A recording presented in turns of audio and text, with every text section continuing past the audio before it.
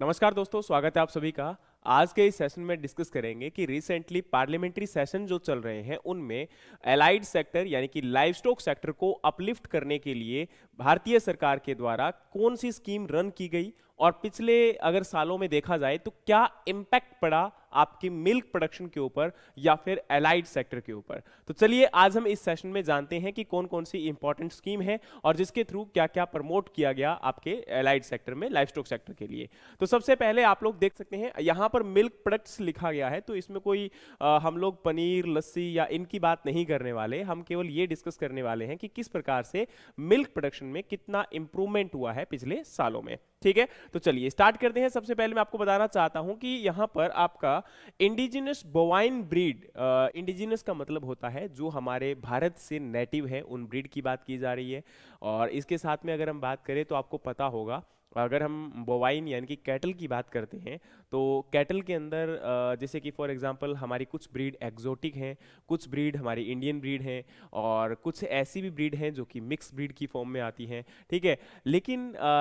जिनको हम लोग क्रॉस ब्रीड के नाम से जानते हैं, तो एक्चुअली अगर हम बात करें तो जैसे आपने होल्स्टीन फ्रीजियन का नाम काफ़ी सुना होगा, ये एक एक्जोटिक ब्रीड है, बाहर की है ना, हमारे देश की ब्रीड नहीं है। वही अगर हम बात करें गिर, साहिवाल है ना, हरियाणा, अमृत महल, ये हमारे देश की देसी गायें हैं, इनको हम लोग देसी गाय के नाम से जानते हैं, ये इंडिजिनस है। अच्छा, कुछ ऐसी भी गायें होती है, कुछ ऐसे एनिमल होते हैं जिनकी स्पीसीज के बारे में हम लोग नहीं जानते हैं या फिर जिनके प्रोजनी या जिनके पेडिग्री के बारे में हम लोग नहीं जानते हैं, तो उनको हम लोग नॉन डिस्क्रिप्ट एनिमल बोलते हैं। ठीक है, या नॉन डिस्क्रिप्ट स्पीसीज के नाम से हम लोग इनको जानते हैं। ठीक है,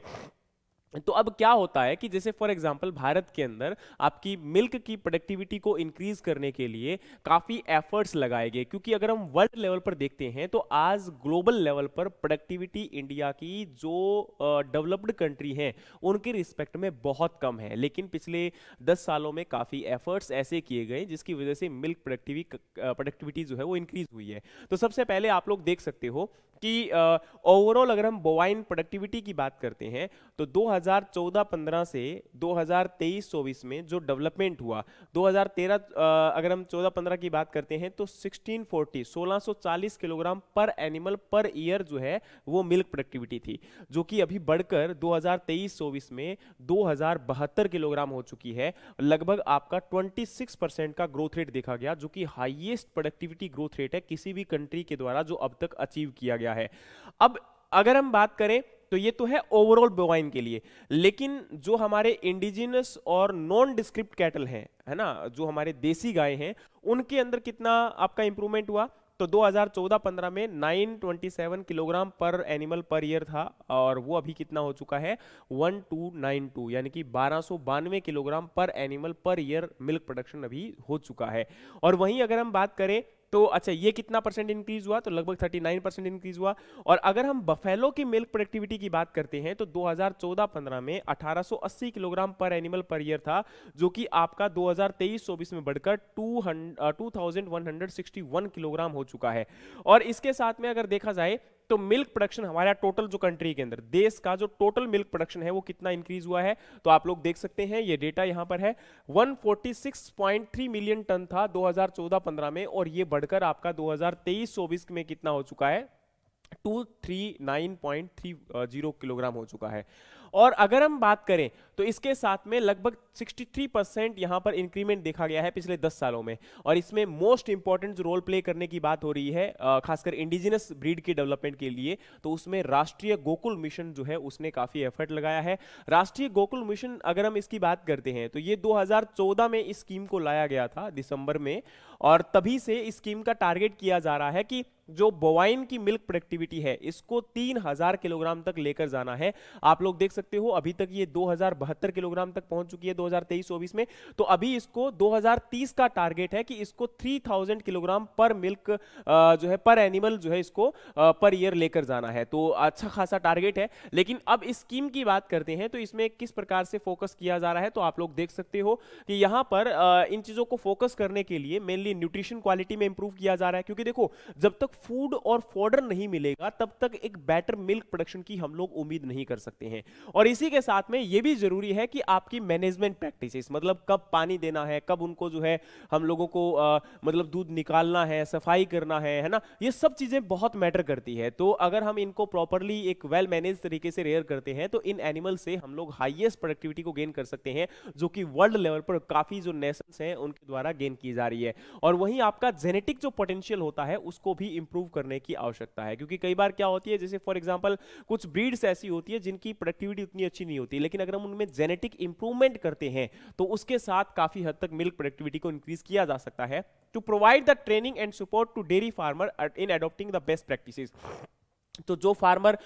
इन प्रैक्टिसेस को अडॉप्ट करते हैं, जिन फार्मर्स के द्वारा ये एंटरप्रेन्योरशिप यानी कि जो बिजनेस रन किया जाता है डेयरी बिजनेस का, उन फार्मर्स को ट्रेनिंग देना ताकि ये अपने मैनेजमेंट प्रैक्टिसेस में इंप्रूवमेंट कर सके और साथ में अपनी जो ब्रीड्स हैं इनका जेनेटिक इंप्रूवमेंट कर सके with the help of artificial insemination. तो ये यहां पर एफर्ट्स किए जा रहे हैं। तो राष्ट्रीय गोकुल मिशन के अंदर अगर हम बात करें तो ये पहली स्कीम आप ये कह सकते हो, बाकी और भी स्कीम नीचे हम डिस्कस करेंगे, लेकिन पहले हम लोग राष्ट्रीय गोकुल मिशन को डिस्कस करते हैं। तो इसके अंडर में मेनली यही टारगेट है कि जो आपकी इंडिजिनस ब्रीड है उनको डेवलप करना और उनको कंजर्व करना, क्योंकि आज के टाइम पर आप लोगों को पता होगा, एक हम A1 A2 मिल्क की बात करते हैं तो A2 मिल्क आपका केवल हम लोग बोलते हैं या फिर साइंटिस्ट बोलते हैं कि देसी गाय जो होती है उनसे आपका प्रोड्यूस किया जाता है। तो देसी गाय जो है उनमें जो मिल्क की क्वालिटी है वो काफ़ी ज़्यादा बेटर होती है, न्यूट्रिशन क्वालिटी भी ज़्यादा देखी जाती है और वाटर जो है उसमें कम देखा जाता है। तो इस प्रकार से यहाँ पर अगर हम बात करें तो इन आपकी जो इंडिजिनस ब्रीड है, हमारी जो देसी गाय हैं, उनकी ब्रीड्स को इंप्रूव करना और इसके साथ में उनके जेनेटिक जो है इंप्रूवमेंट उसमें देखना और उनका अपग्रेडेशन करना ताकि मिल्क को प्रोडक्शन को इंक्रीज किया जा सके, प्रोडक्टिविटी को इंक्रीज किया जा सके। तो यहाँ पर मिल्क प्रोडक्शन और प्रोडक्टिविटी को इंक्रीज करने के लिए बहुत सारे एफर्ट्स जो है वो लगाए जा रहे हैं। तो देखिए आप लोग यहां पर देख सकते हो कि देखिए सबसे पहले आपका है nationwide artificial insemination programme. अब आर्टिफिशियल इंसेमिनेशन प्रोग्राम के अंडर में जो बेस्ट सायर है उसका सीमन जो है वो आपका उससे ब्रीड करवाना यहां पर फीमेल को। तो उस केस में यही इंपॉर्टेंट होता है कि उससे क्या होगा, एक तो उसकी जेनेटिक इंप्रूवमेंट होगा, नई आने वाली जो ब्रीड होंगी उनके अंदर आपका जेनेटिक कॉन्स्टिट्यूशन उनका बढ़िया होगा, है ना। तो यहां पर इसीलिए आर्टिफिशियल इंसेमिनेशन को प्रमोट किया जा रहा है ताकि आपके मिल्क प्रोडक्शन को इंप्रूव किया जा सके। और नेक्स्ट आपका है progeny testing and pedigree selection. तो देखो ये आपके लिए इंपॉर्टेंट है कि जो प्रोजनी सिलेक्शन है वो किसके लिए किया जा रहा है, सॉरी प्रोजनी टेस्टिंग किसके लिए किया जा रहा है और आपका पेडिग्री सिलेक्शन किसके लिए किया जा रहा है। तो देखो गिर साहिवाल जो ब्रीड है कैटल की, उनके लिए आपका प्रोजनी टेस्टिंग की जा रही है और पेडिग्री सिलेक्शन जो है वो राठी, थारपारकर, हरियाणा और कांकरेज ब्रीड जो है कैटल की। और इसके अलावा हमारे बफेलो के अंदर जफराबादी, नीली रावा और आपका पधारपुरी और बनी जो ब्रीड है बफेलो की, उनको कवर किया जा रहा है। तो प्रोजनी टेस्टिंग में यहां पर केवल 2 ब्रीड है, गिर और साहिवाल। और वहीं अगर हम पेडिग्री सिलेक्शन की बात करें तो इसमें आपकी बफेलो और कैटल की अलग अलग ब्रीड्स हैं जो कि इसमें इंक्लूड की गई हैं। और इसमें मेन यही टारगेट है कि जो आपके मैरिड बुल हैं हाई क्वालिटी जेनेटिक आपके कंटेंट के साथ, उनको आपका बूस्टअप करना, उनको प्रोडक्शन करना, उनको फाइंड आउट करना और इसके साथ में जो इंडिजिनस ब्रीड है उनको इंप्रूव करना ताकि उससे हम लोग मिल्क प्रोडक्शन और प्रोडक्टिविटी को इंक्रीज कर सके। इसके बाद में अगर हम बात करें तो नेक्स्ट आपके सामने यहां पर स्कीम दिखेगी, वो है कि implementation of in vitro fertilisation. In vitro fertilisation भी वही है, इसके अंदर क्या है कि to propagate the elite animal of indigenous breed and department has established 22 in vitro fertilisation laboratory. The technology has important role in genetic upgradation of bovine population in single generation. अब यानी कि क्या होता है कि कई बार एक सिंगल करैक्टर को जनरेशन टू जनरेशन ट्रांसफर होने में काफी लंबा टाइम लग जाता है। तो हम लोग इन विट्रो टेक्नोलॉजी को यूज कर जो कि आजकल जो ह्यूमन मतलब रिप्रोडक्शन में भी यूज की जाती है, उसी प्रकार से यहां भी इस टेक्नोलॉजी को यूज कर क्या किया जा रहा है कि आपका ब्रीडिंग को इंप्रूव किया जा रहा है या फिर जेनेटिक मॉडिफिकेशन किए जा रहे हैं। नेक्स्ट हम बात करें तो आपका सेक्स शॉर्टेड सीमन प्रोडक्शन को करने के लिए भी अलग अलग जो आपके 5 गवर्नमेंट सीमन स्टेशन है, यहां पर इस फैसिलिटी को अवेलेबल करवाया जा रहा है ताकि सेक्स शॉर्टेड जो सीमन डोज है उनको प्रोड्यूस किया जा सके और टाइम पर आपकी जो है अवेलेबिलिटी जो सीमन की है उसको अवेलेबल करवाया जा सके। और वहीं अगर हम बात करें तो जीनोमिक सिलेक्शन, ये भी आपका एक काफी इंपॉर्टेंट पार्ट है, यहां पर कह सकते हो। इसमें क्या है कि जो जेनेटिक इंप्रूवमेंट है कैटल का और बफेलो का, वो करने के लिए डिपार्टमेंट के द्वारा कुछ यूनिफाइड जीनोमिक चिप जो है वो इंस्टॉल की जा रही है आपके इंडिजिनस कैटल के अंदर, गौ चिप और महिप चिप, जो महिष चिप है वो यहाँ पर बफेलोज के अंदर आपकी जो है इंस्टॉल की जा रही है। इसका मतलब मेन टारगेट यही है कि भाई जेनेटिक जो आपका बेटर जीनोमिक सिलेक्शन है उसको चूज किया जाए और आपका इंप्रूवमेंट किया जाए ब्रीडिंग्स के अंदर, ठीक है। नेक्स्ट आपका यहां पर है मैत्री प्रोग्राम, जो हमारा है multipurpose artificial insemination technique in rural area. इसके अंडर में भी यही है कि जो आपके ट्रेनिंग प्रोवाइड करवाना और इक्विपमेंट प्रोवाइड करवाना किनको, जो आपके ऐसे मैत्रीज होते हैं, ऐसे मतलब एक प्रकार से ये कह सकते हो कि इस प्रकार के ट्रेनर डेवलप किए गए हैं जिन ट्रेनर्स को आपका door to door artificial insemination service provide करवाने के लिए इनको तैयार किया गया है, जो कि एक अच्छी बात है कि भाई जो हाई क्वालिटी सीमन है वो यहां पर जो एक गरीब किसान है उसके फील्ड या उसके फार्मर तक पहुंचेगा, तभी आपका एक एक्चुअल अपग्रेडेशन जो है हम लोग इसमें मिल्क में देख पाएंगे, ना कि यहां पर आपका जो है केवल इसको अगर लेबोरेटरीज में काम किया जा रहा है और अगर एक्सटेंशन प्रॉपर नहीं हो रहा है तो उस केस में कोई फायदा नहीं होने वाला। वहीं अगर हम बात करें तो accelerated breeding improvement programme using the sex sorted semen. अब यहां पर सेक्स सॉर्टेड सीमन के साथ इसमें भी फोकस किया जा रहा है। This programme is aim to produce the female cow with up to 90% accuracy, therefore thereby enhancing the breeding improvement and farmer income. Farmer receives support of the assured pregnancy up to 50% of cost of sex sorted semen। मतलब इसमें main target क्या होता है, देखो आप लोग जानते होंगे कि जब हम कैटल्स को आपका जो है रिप्रोडक्शन करते हैं तो उस कैटल के रिप्रोडक्शन से हमें या तो आपका मेल काफ मिलेगा या फिर फीमेल मिलेगा। अब देखो मेल काफ जो होता है वो आपका फर्दर फार्मर के ज़्यादा किसी मतलब पर्पज़ में यूज़ नहीं होता, और अगर वहीं पर फीमेल अगर डेवलप होती है तो उससे वो यूज़ कर सकता है फर्दर मिल्क प्रोडक्शन में। तो यहाँ पर सेक्स सॉर्टेड सीमन का मतलब है कि 90% एक्यूरेसी के साथ फीमेल काफ ही आगे जन्म लेने वाला है। तो इस प्रकार का सीमन जो है वो प्रोवाइड कर कर यहाँ पर श्योरिटी की जा सकती है कि फीमेल काफी जन्म लेगा। तो ये एक बेटर हो सकता है ताकि फार्मर की इनकम यहां पर इंक्रीज हो सके, क्योंकि फीमेल काफ से फार्मर जो है काफी हद तक इनकम जनरेट कर पाता है, या इधर मिल्क प्रोडक्शन के साथ या फिर उसको जब वो प्रेगनेंसी हो जाती है तो उस टाइम पर उसको बेचकर भी वहां से एक अच्छी खासी इनकम जो है वो जनरेट की जा सकती है। नेक्स्ट हम बात करें तो accelerated breeding improvement programme using in vitro fertilisation. तो वही मैंने जो बात की थी, ठीक है। तो इसमें जेनेटिक आपका अपग्रेडेशन किया जा रहा है बोवाइन्स का, एंड इंसेंटिव ऑफ RS 5000 पर assured pregnancy is made available to farmer interested in taking of IF technology, ठीक है। तो यहां पर आपका IF टेक्नोलॉजी लेने के लिए जो है काफी हद तक मतलब फोकस किया जा रहा है कि भाई जो आपके फार्मर्स हैं उनको भी लेस क्वालिटी लेस कॉस्ट के ऊपर ये जो है फैसिलिटीज अवेलेबल करवाई जाए। नेक्स्ट आपका इंपॉर्टेंट मिशन है, और इस मिशन की बहुत ज्यादा इंपॉर्टेंस है क्योंकि इस मिशन में काफी ऐसे सब मिशन है जो कि रन किए जा रहे हैं, और ये मिशन का नाम क्या है, नेशनल लाइवस्टॉक मिशन। अब देखो नेशनल लाइवस्टॉक मिशन का मेन काम क्या है। पहला इसका मेन काम है एक तो आपका एम्प्लॉयमेंट जनरेट करना लाइवस्टॉक सेक्टर में, दूसरा है एंटरप्रेन्योरशिप डेवलपमेंट करना, मतलब जो भी फार्मर इस बिजनेस में आना चाहते हैं, जो भी युवा इस बिजनेस में आना चाहते हैं डेयरी सेक्टर में, उनको इसके अंदर आपका प्रमोट करना, उनको गाइड करना और उनको स्ट्रेंथ प्रोवाइड करना regarding the technology and all. इसके साथ में ट्रेनिंग प्रोवाइड करना, और साथ में यहां पर है कि पर कैपिटा जो एनिमल प्रोडक्टिविटी है मिल्क की उसको इंक्रीज करना, और मीट, गॉट मिल्क, एग, वूल, यानी कि ओवरऑल एक अम्ब्रेला स्कीम डेवलपमेंट प्रोग्राम है जिसमें मेन फोकस ना कि केवल मिल्क पे फोकस किया जा रहा है बल्कि इसके अलावा मीट पे भी फोकस किया जा रहा है, एग पे भी फोकस किया जा रहा है, वूल पे भी फोकस किया जा रहा है, यानी कि यहां पर कैटल डेवलपमेंट, बफेलो डेवलपमेंट, गोट डेवलपमेंट, शीप डेवलपमेंट, इसके अलावा जो आपका पिग डेवलपमेंट, और एज वेल एज अगर हम बात करें तो यहां पर पोल्ट्री डेवलपमेंट में भी इसमें फोकस किया जा रहा है। तो ओवरऑल लाइवस्टॉक जो यहां पर डेवलपमेंट है उसमें इसका जो है मेन टारगेट है, लेकिन इसके अंडर में कुछ 3 सबमिशन है। पहला सबमिशन है आपका सबमिशन और of breed development of livestock and poultry. यहां पर क्या है, पहले मिशन के अंदर जो ब्रीड है उनको क्या करना, डेवलप करना। दूसरा सब मिशन जो है वो आपका यहां पर है कि फीड और फोडर को डेवलप करना, और तीसरा सब मिशन है innovation, extension and detail of the activities covered under these submission. अब यहां पर क्या है कि देखो submission on innovation and extension का मेन टारगेट क्या है कि आपका इनोवेशन करना, नई इनोवेशन देखना, नया एक्सटेंशन प्रोग्राम्स को रन करना। इसके साथ में ब्रीड डेवलपमेंट में क्या है कि जो ब्रीड्स हैं, चाहे वो कैटल की है, काऊ की है, गोट की है, शीप की है, पोल्ट्री की है, उनको अपलिफ्ट करना, उनको डेवलप करना, और आपका फीड एंड फोडर डेवलपमेंट। देखो फीड एंड फॉडर डेवलपमेंट क्यों जरूरी है? क्योंकि आज के टाइम पर अगर एक क्वालिटी फूड नहीं मिलेगा, क्वालिटी फीड अगर नहीं मिलेगा, तो उसके बिना शायद ही पॉसिबल है कि, क्योंकि देखो अगर इफेक्टिव न्यूट्रिशन नहीं मिलता है, प्रॉपर न्यूट्रिशन के साथ ही एक बेटर क्वालिटी आपका जो है नेक्स्ट जनरेशन प्रोड्यूस की जा सकती है और हाई मिल्क प्रोडक्शन वहां से गेन किया जा सकता है। ठीक है, अब देखिए यहां पर अगर हम बात करें तो इन मिशंस को फर्दर भी आपका डिवाइड किया गया है। आप लोग देख सकते हैं, सबसे पहले आपका है सब mission on breed development on livestock and poultry. तो इस मिशन के अंडर में पहला आपका है establishment of entrepreneurship for breed development, मतलब आपके जो ब्रीड डेवलपमेंट में जो एंटरप्रेन्योरशिप इंक्लूड होना चाहते हैं उनको अपलिफ्ट करना, उनको जो है आपका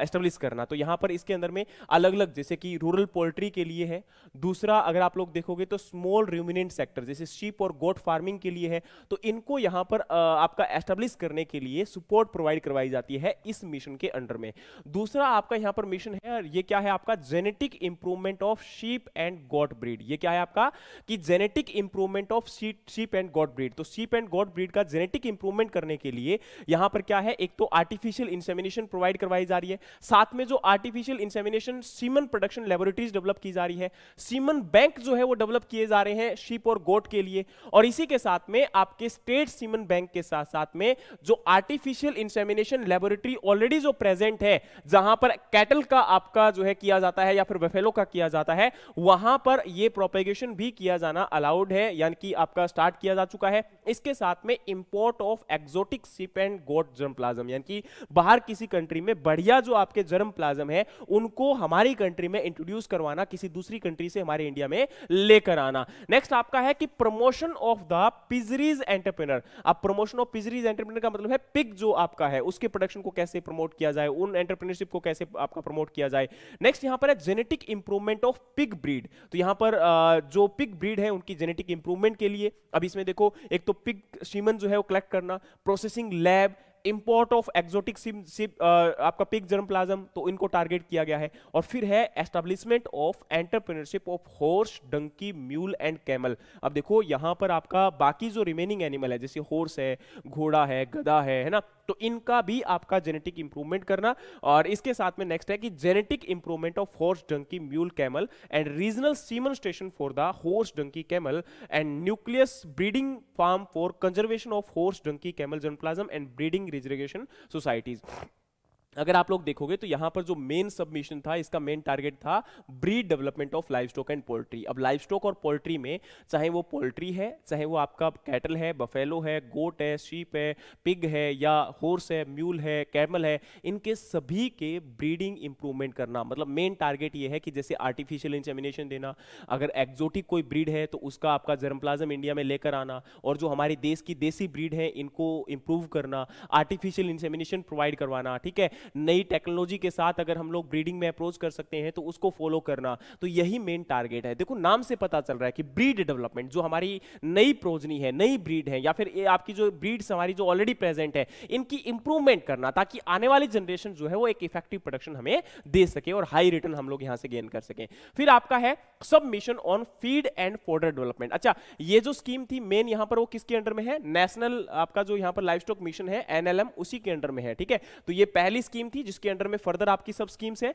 उसके बाद में सेकंड यहां पर स्कीम है सब mission on feed and fodder development. तो इस स्कीम की अगर हम बात करें तो यहां पर मेन टारगेट यही किया गया है कि फीड और फॉडर डेवलपमेंट की क्वालिटी को एनहेंस किया जाए, प्रोडक्शन को इंक्रीज किया जाए, क्योंकि आज के टाइम पर आपके बहुत सारे एरियाज ऐसे हैं जहां पर प्रॉपर फीड और फॉडर अवेलेबल ना होने के कारण, या फिर क्वालिटी न्यूट्रिशनल फॉडर अवेलेबल ना होने के कारण क्या हो रहा है कि आपकी जो क्वालिटी ऑफ मिल्क या क्वालिटी ऑफ जो प्रोडक्शन है वो डिक्रीज हो चुकी है, इवन तो क्वांटिटी ऑफ प्रोडक्शन भी डिक्रीज हो चुकी है। फिर यहां पर आप लोग देख सकते हो assistant for the quality fodder seed production, seed production के लिए आपका असिस्टेंट प्रोवाइड करना।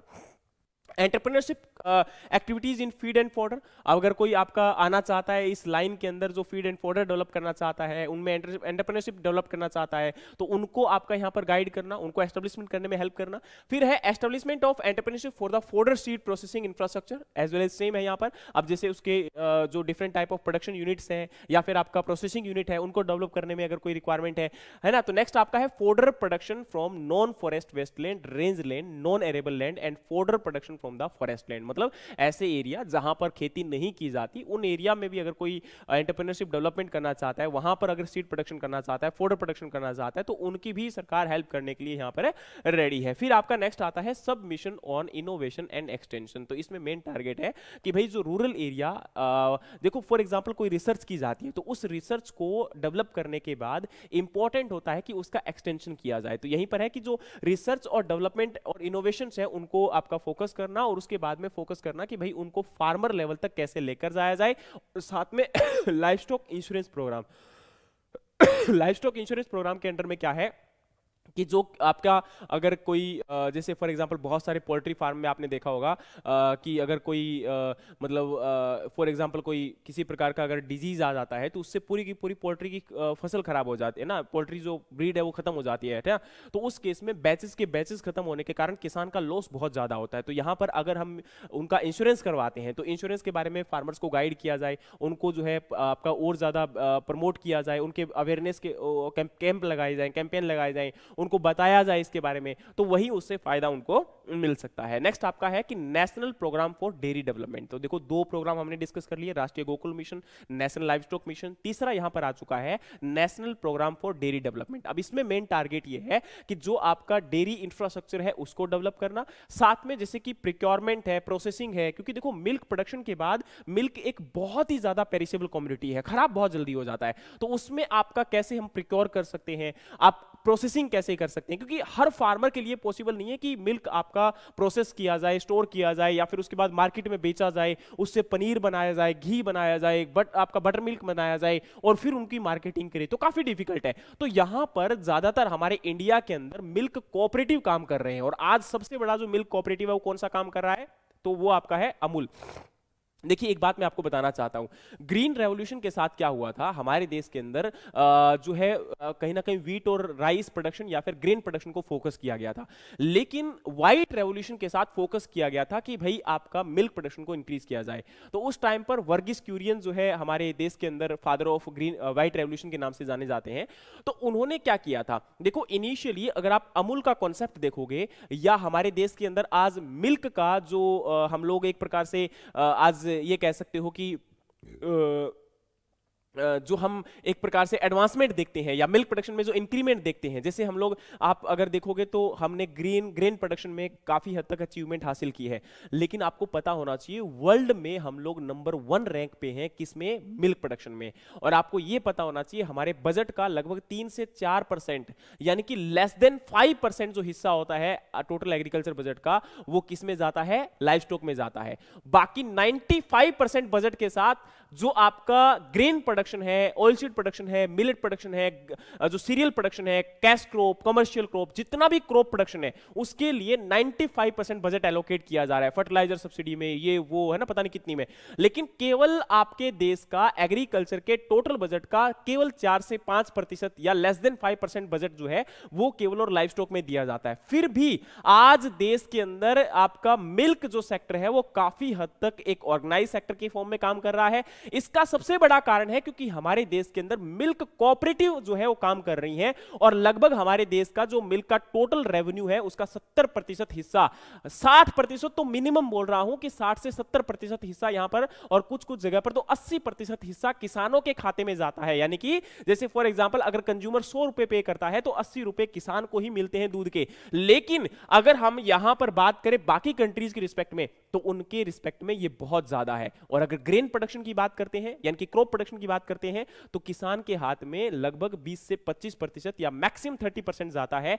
बाकी सारा का सारा मिडलमैन के हाथ में जाता है। तो कारण क्या है, क्योंकि कोऑपरेटिव जो है उनको हमें डेवलप करना पड़ेगा, कोऑपरेटिव्स को फोकस करना पड़ेगा। और यहां पर जो ये प्रोसेसिंग है, मिल्क है, मार्केटिंग है, तो अगर आपका आज भी फार्मर खुद इन कोऑपरेशन के साथ अगर खुद इनकी जो है प्रोसेसिंग करे, प्रिक्योरमेंट करे, मार्केटिंग करे और गवर्नमेंट उनको उसमें सपोर्ट करे, तो उस केस में आज भी हमारे देश का किसान अमीर बन सकता है। आज भी हमारे देश का किसान जो है वो अपने लिए या अपने आसपास के लोगों के लिए रेवेन्यू जनरेट कर सकता है। लेकिन सबसे बड़ी दुर्गति यही है कि आज जो किसान है वो आपस में एक दूसरे के साथ उतना ज्यादा कोऑर्डिनेशन नहीं बैठाते हैं। हाँ, हम लोग बोलेंगे, आप में से कई लोग बोलेंगे हमारे गांव में आके देखिए, ये देखिए, वो देखिए, लेकिन आप आज और आज से 10 साल पहले का जो डिफरेंस है वो नजर अगर आपको जो है वो काफी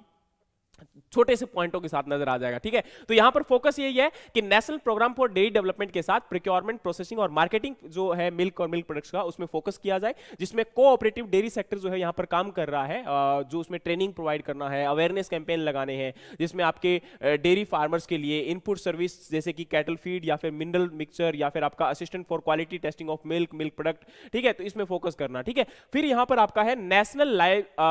livestock health and disease control. Livestock health and disease control में मेन फोकस ये है कि भाई जो आपका हमारे देश के अंदर जैसे कि फुट एंड माउथ डिजीज है और ब्रूसेलोसिस डिजीज है, इन डिजीज को इरेडिकेट करना, इन डिजीज को खत्म करना, तो इनके लिए वैक्सीन प्रोवाइड करवाई जा रही है और लगभग 100 करोड़ वैक्सीन प्रोवाइड करवाई गई है और लगभग 35 करोड़ वैक्सीन तो अभी रिसेंटली लास्ट ईयर में ही दी गई थी और उनमें से लगभग 4.3 करोड़ जो वैक्सीन हैं वो यहां पर काफ को दी गई है ब्रूसेलोसिस और ब्रूसेलोसिस कंट्रोल प्रोग्राम के अंडर में।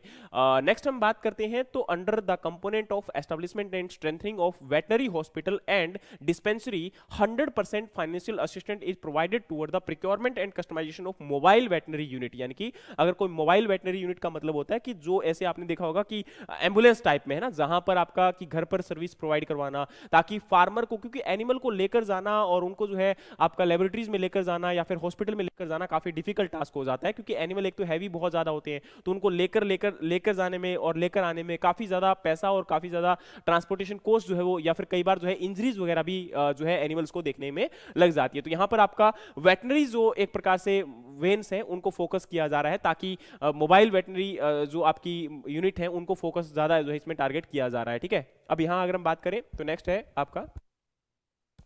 अब यहां पर आपका मोबाइल वेटनरी यूनिट्स के लिए एक टोल फ्री नंबर भी है 91962 जो कि फार्मर के डोर स्टेप पर डिजीज डायग्नोस करना, ट्रीटमेंट देना, वैक्सीनेशन, माइनर सर्जिकल इंटरवेंशंस या audio visuals aids and extension service provide करने के लिए इसको फोकस है किया गया है। तो लगभग आपके 28 स्टेट्स के अंदर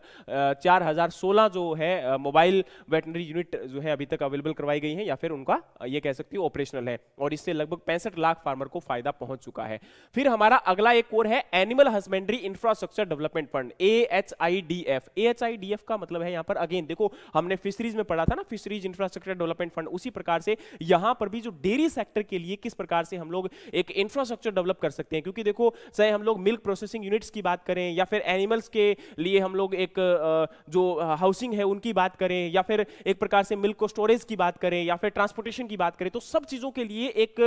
बेटर यहां पर इंफ्रास्ट्रक्चर की रिक्वायरमेंट है और उसी में फोकस किया जा रहा है। तो आप लोग देखोगे तो सबसे पहले क्या है, dairy processing and product diversification infrastructure, meat processing and product diversification infrastructure, animal feed plant, breed improvement technology and breed multiplication form, veterinary vaccine and drug production facilities and animal waste to wealth management. यानी कि जो आपका animal का waste है उसको हम लोग एक प्रकार से एग्रीकल्चर के लिए एज ए मैन्योर की फॉर्म में उसको यूज कर सकते हैं, उसको कैसे हम लोग एक बेटर पार्ट में कन्वर्ट करके और आपका इफेक्टिव या ये कह सकते हो कि फार्मर्स के लिए अर्निंग का सोर्स उसको क्रिएट कर सकते हैं, ठीक है। तो टोटल यहां पर आपका ये कह सकते हो कि देखो आपका यहां पर क्या है, अनवाइज्ड dairy processing infrastructure development fund has been subsumed with the animal husbandry infrastructure development fund on 1/2/2024। Now total size of fund is 29,110 crore, यानी कि 29,110 करोड़ रुपए जो है टोटल हो चुका है। पहले जैसे कि फॉर एग्जांपल अगर हम बात करें तो animal husbandry infrastructure development fund और dairy processing infrastructure development fund, तो दोनों को एक प्रकार से मिक्स कर दिया गया है, मर्ज कर दिया गया है और टोटल जो फंड है वो यहां पर कितना हो चुका है, 21,101 करोड़ 10 करोड़ रुपीस जो है इसमें टोटल हो चुका है। और वहीं अगर हम बात करें तो department of animal husbandry and dairying is implementing the central sponsored scheme national livestock mission with sub mission of feed and fodder development. तो मैंने अभी बताया था कि फीड एंड फॉडर डेवलपमेंट जो है करने की कोशिश की जा रही है। टारगेट ये है कि भाई मैक्सिमम जो है एक तो न्यूट्रिशनल क्वालिटी फॉडर को डेवलप किया जाए, क्वालिटी जो है उसकी इंक्रीज की जाए, क्वांटिटी इंक्रीज की जाए, और कई जगह पर जैसे आज क्लाइमेट रेजिलियंसी है जहां पर मतलब मौसम की बड़ी मार है, वहां पर आपका फॉडर डेवलपमेंट करना काफी डिफिकल्ट है, तो उसके केस में रिसर्च की जा रही है, नई वेराइटीज को डेवलप किया जा रहा है। तो पिछले कई सालों के अंदर काफी पैसा इसके अंदर जो है रिसर्च में इन्वेस्ट किया गया और इसके साथ में अगर हम बात करें तो बहुत सारी वेराइटीज जो है यहाँ पर डेवलप की गई है। तो आप लोग देख सकते हैं till now more than 400 improve varieties in 40 fodder crop जो है डेवलप की जा चुकी हैं, यानी कि 400 से भी ऊपर इंप्रूव वेराइटीज डेवलप की जा चुकी हैं 40 फॉडर क्रॉप्स की, ठीक है। और वहीं अगर हम बात करें तो out of these about 200 varieties are in seed production chain, मतलब 200 से ऊपर वेराइटी अभी सीड प्रोडक्शन चेन में इन्वॉल्व है। During last 5 year 2019 to 2024 nutritional better and high yielding 86 variety hybrid and 17 fodder crop have been identified notified in the cultivation in the different agroclimatic region in the India। मतलब 2019 से 2024 की बात करें 5 साल के अंदर टोटल आपकी 86 हाई यील्डिंग वेराइटीज को डेवलप किया गया, उसमें से 17 फोडर क्रॉप आपकी जो है यहाँ पर इन्वॉल्व थी। मतलब 17 फोडर क्रॉप की लगभग 86 वेराइटीज को पिछले 5 साल के अंदर जो है आपका डेवलप किया गया है डिफरेंट एग्रोक्लाइमेटिक रीजन के लिए। और अब यहाँ अगर हम बात करें तो क्वालिटी फोडर सीड प्रोडक्शन के लिए टोटल जो आपका असिस्टेंस दिया जा रहा है और उसके साथ में नंबर ऑफ सीड कितने प्रोड्यूस किए जा रहे हैं। तो आपने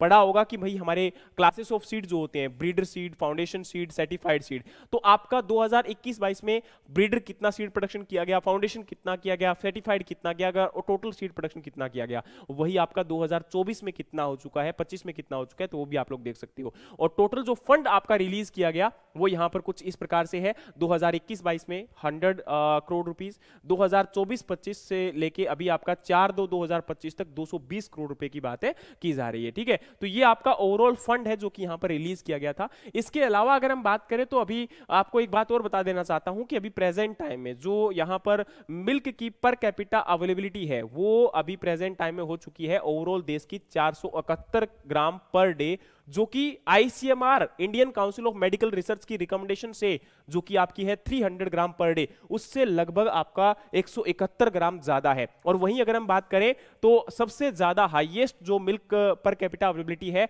वो आपकी पंजाब में है। सेकंड नंबर पर हमारे देश के अंदर हाईएस्ट मिल्क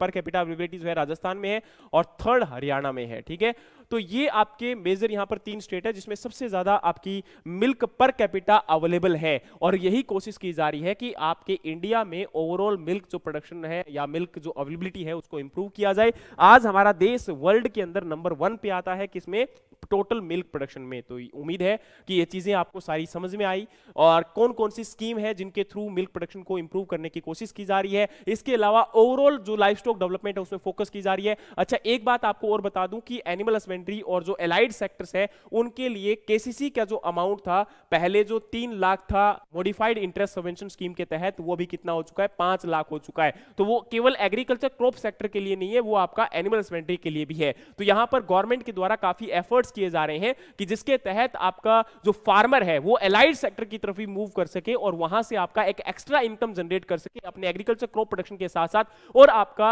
अपलिफ्टमेंट जो है फार्मर का या फिर ये कह सकते हो उसकी जो फाइनेंशियल कंडीशन है वो और बेटर हो सके और उसका जो लाइवलीहुड है, उसकी जो लाइफ स्टैंडर्ड है, उसकी जो लाइफ एक प्रकार से ये कह सकते हो कि उसके अंदर जो और ज्यादा बेटरमेंट जो है इंप्रूवमेंट हो सके। तो उम्मीद है कि ये पूरा सेशन आपको हेल्प करेगा लाइफ स्टॉक के बारे में, अभी लाइफ स्टॉक की इंप्रूवमेंट्स के बारे में, लाइफ स्टॉक की जो अभी तक डेवलपमेंट है उनके बारे में जानने में और कौन कौन सी स्कीम है जो कि अभी रनिंग में है। तो उम्मीद है सेशन आपको हेल्प करेगा। इसी प्रकार के और भी अपडेटेड सेशंस के लिए हमारे चैनल को फॉलो कर लीजिएगा और अगर आपको सेशन पसंद आता है तो लाइक भी कीजिए, शेयर भी कीजिए, क्योंकि देखो जब तक एक अच्छी चीज दूसरों को बताओगे नहीं तब तक उसका फैलना मतलब पॉसिबल नहीं हो सकता। आज हम बहुत सारी ऐसी चीजें शेयर कर देते हैं जिसका कोई औचित्य नहीं होता, लेकिन हम नॉलेजेबल चीज को शेयर करने में बहुत डर लगता है कि कहीं कोई ऐसा ना बोल दे तू तो बड़ा पढ़ाकू हो गया, ये हो गया, वो हो गया। लेकिन शेयर कीजिए यार, इससे एक फर्क पड़ता है, हम लोगों को भी मोटिवेशन मिलता है कि चलो देखने वाले लोग देखते तो रहे हैं और हम भी इन चीजों को लेकर और ज्यादा एनकरेज होते हैं और आप लोगों के लिए एक अच्छी कंटेंट वीडियो जो है वो बनाएंगे जो आपका इंफॉर्मेशनल भी इंपॉर्टेंट है, एजुकेशनल भी इंपॉर्टेंट है, जनरल लेवल पर भी इंपॉर्टेंट है और आपकी स्टडी के लिए, आपके एग्जाम को क्रैक करने के लिए भी इंपॉर्टेंट है। उम्मीद है आपको हेल्प करेगा। Thank you so much, have a great day. जय हिंद, जय भारत।